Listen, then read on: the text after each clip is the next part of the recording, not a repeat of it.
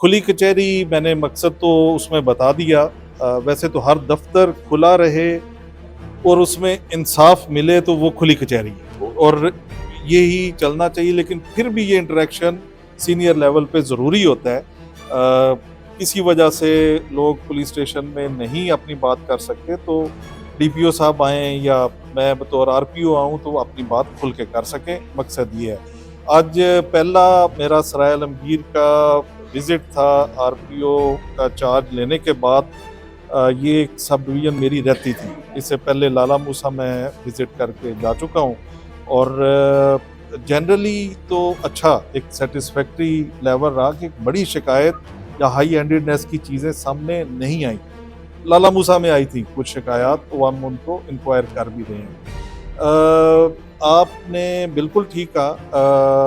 दोनों चीज़ें आपने ठीक की। एक तो गुजरात पुलिस बड़ा अच्छा काम कर रही है और मैं इनको शाबाश अगेन देता हूँ, एप्रिशिएट भी करता हूँ कि ये दुरुस्त है कि 3-3 4-4 दिन रॉबरी की एक भी कॉल नहीं आती गुजरात डिस्ट्रिक्ट की तरफ से।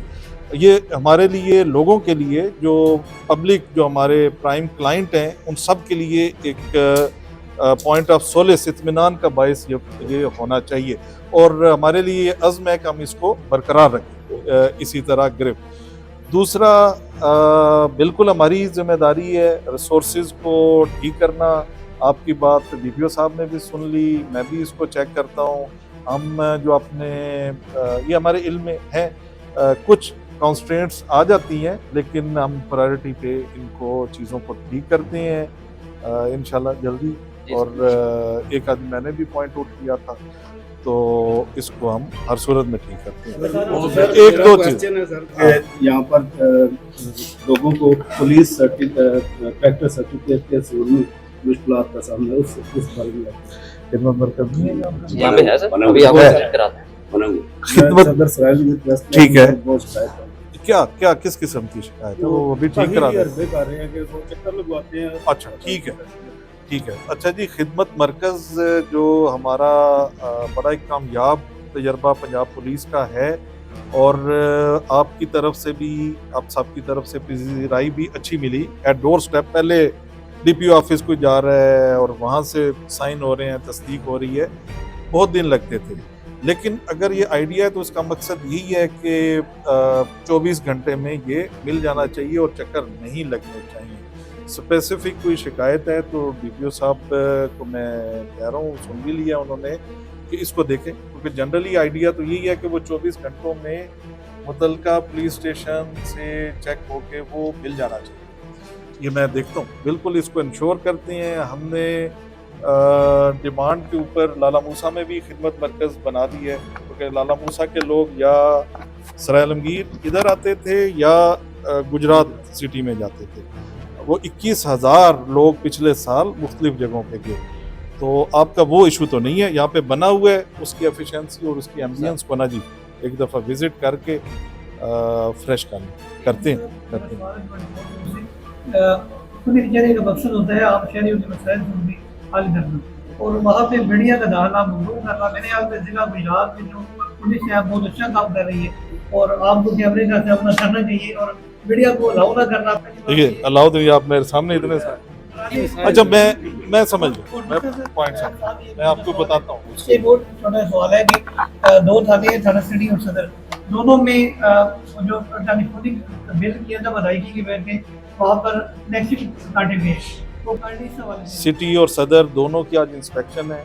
यहाँ से आपसे बात करने के बाद मैं वहाँ जा रहा हूँ, तो ये स्पेसिफिकली देख लेते हैं। ये तो कोई अगर ऐसा हुआ तो इंशाल्लाह 24 घंटों में ठीक हो जाएगा।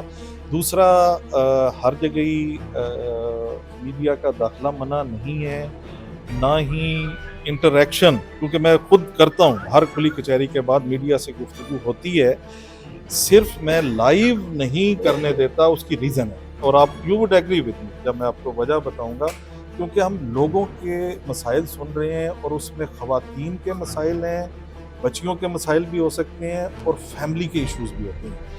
वो मैं हमेशा हर जगह कहता हूँ कि आप इन सब से पूछ लें, अगर ये एग्री करते हैं तो उनकी बात लाइव चली जाए। मुझे एतराज़ पर्सनली नहीं है, बट राइट जो पर्सनल प्राइवेसी का राइट है उसके तहत ये मुनासिब नहीं है। तो जनरली तो कवरेज आपने कर ही ली होगी, लेकिन जो उसमें गुफ्तगू कर रहे हैं ये उस एप्लीकेंट का, क्लाइंट का राइट ऑफ प्राइवेसी है। अब पता है, बड़े मसाइल, अपनी बच्चियों की बात कर रहा होता है, दिस इज द रीजन।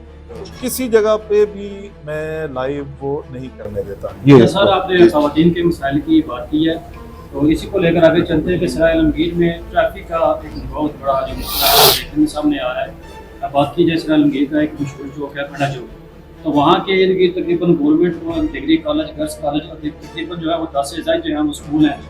रोज़ाना उस चौक से 5 से 6,000 की जो बच्चियाँ हैं वो उस चौक को यूज़ करती हैं। तो वहाँ पर रिक्शों का एक बहुत बड़ा रश होता है जो चारों हिस्सों को उसी को ये भी है तो फाटक पुलिस के एहलकारों की ड्यूटी भी लगाई गई थी, मगर वो भी वहाँ पर मौजूद नहीं होते हैं। तो खवातीन को बाजार आने में मुश्किलात आ रही सामना करना पड़ता है। ठीक। तो 4 से 5 वाक़यात खवातीन को छेड़ने के भी वहाँ पर हो चुके हैं। इस वाले से आप क्या कहना चाहेंगे?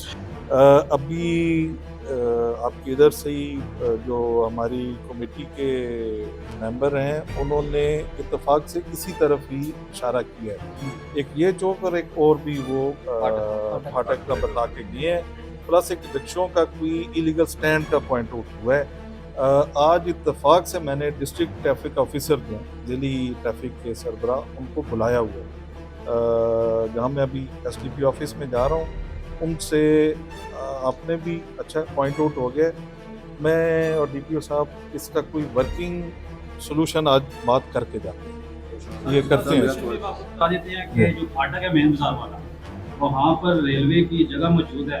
अगर एक प्राइवेट प्लाजा वहाँ पर लीज लेकर पार्किंग वहाँ पर बना सकता है, तो सरकारी तौर पर वहाँ पर रिक्शा स्टैंड क्यों नहीं बनाया जा सकता? दोनों तरह जो है वो जगह मौजूद है। ये और इदारों के हवाले से जब की ज़मीन या सारा है उसमें कोऑर्डिनेशन की ज़रूरत होगी, और हमें DC साहब को भी, साहिबा हैं, उनको भी इन्वॉल्व करना पड़ेगा। तो हम इसको भी देखते हैं।